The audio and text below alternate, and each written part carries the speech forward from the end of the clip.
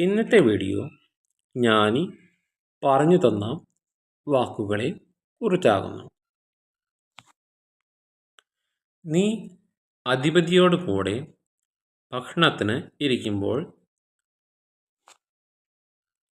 നിന്റെ മുൻപിൽ ഇരിക്കുന്നവൻ ആരെന്ന് കരുതിക്കൊള്ളുക. അവൻ്റെ സ്വാദുഭോജനങ്ങളെ കൊതിക്കരുത്. അവ വഞ്ചിക്കുന്ന ഭോജനമല്ലോ.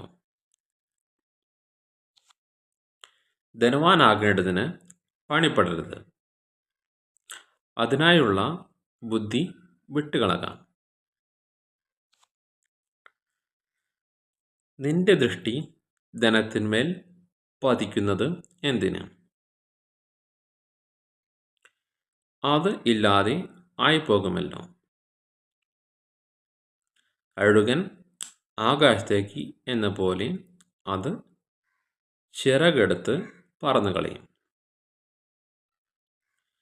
കണ്ണുകടിയുള്ളവൻ്റെ അപ്പം തിന്നരുത്. അവൻ്റെ സ്വാദുഭോജ്യങ്ങളെ ആഗ്രഹിക്കുകയും അരുത്.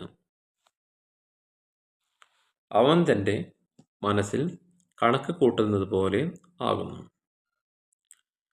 തിന്ന് കുടിച്ചുകൊള്ളുക എന്ന് അവൻ നിന്നോട് പറയും. അവൻ്റെ ഹൃദയമോ നിനക്ക് അനുകൂലമല്ല. നീ തിന്ന കഷ്ണം ഛർദ്ദിച്ച് പോകും. നിന്റെ ആതിരവാക്ക് നഷ്ടമായെന്നും വരാം. ഭോഷൻ കേൾക്കെ നീ സംസാരിക്കരുത്. അവൻ നിന്റെ വാക്കുകളുടെ ജ്ഞാനത്തെ നിരസിച്ച് കളയും. പണ്ടേയുള്ള അതിർ നീക്കരുത്. അനാഥന്മാരുടെ നിലം ആക്രമിക്കുകയും അരുത്. അവരുടെ പ്രതികാരകൻ ബലവാനല്ലോ. അവർക്ക് നിന്നോടുള്ള വ്യവഹാരം അവിടുന്ന് നടത്തും. നിന്റെ ഹൃദയം പ്രബോധനത്തിനും നിന്റെ ചെവി പരിജ്ഞാന വചനങ്ങൾക്കും സമർപ്പിക്കാം.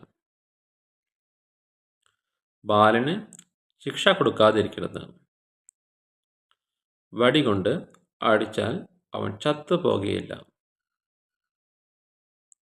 വടികൊണ്ട് അവനെ അടിക്കുന്നതിനാൽ നീ അവൻ്റെ പ്രാണനെ പാതാളത്തിൽ നിന്ന് വിടുവിക്കും.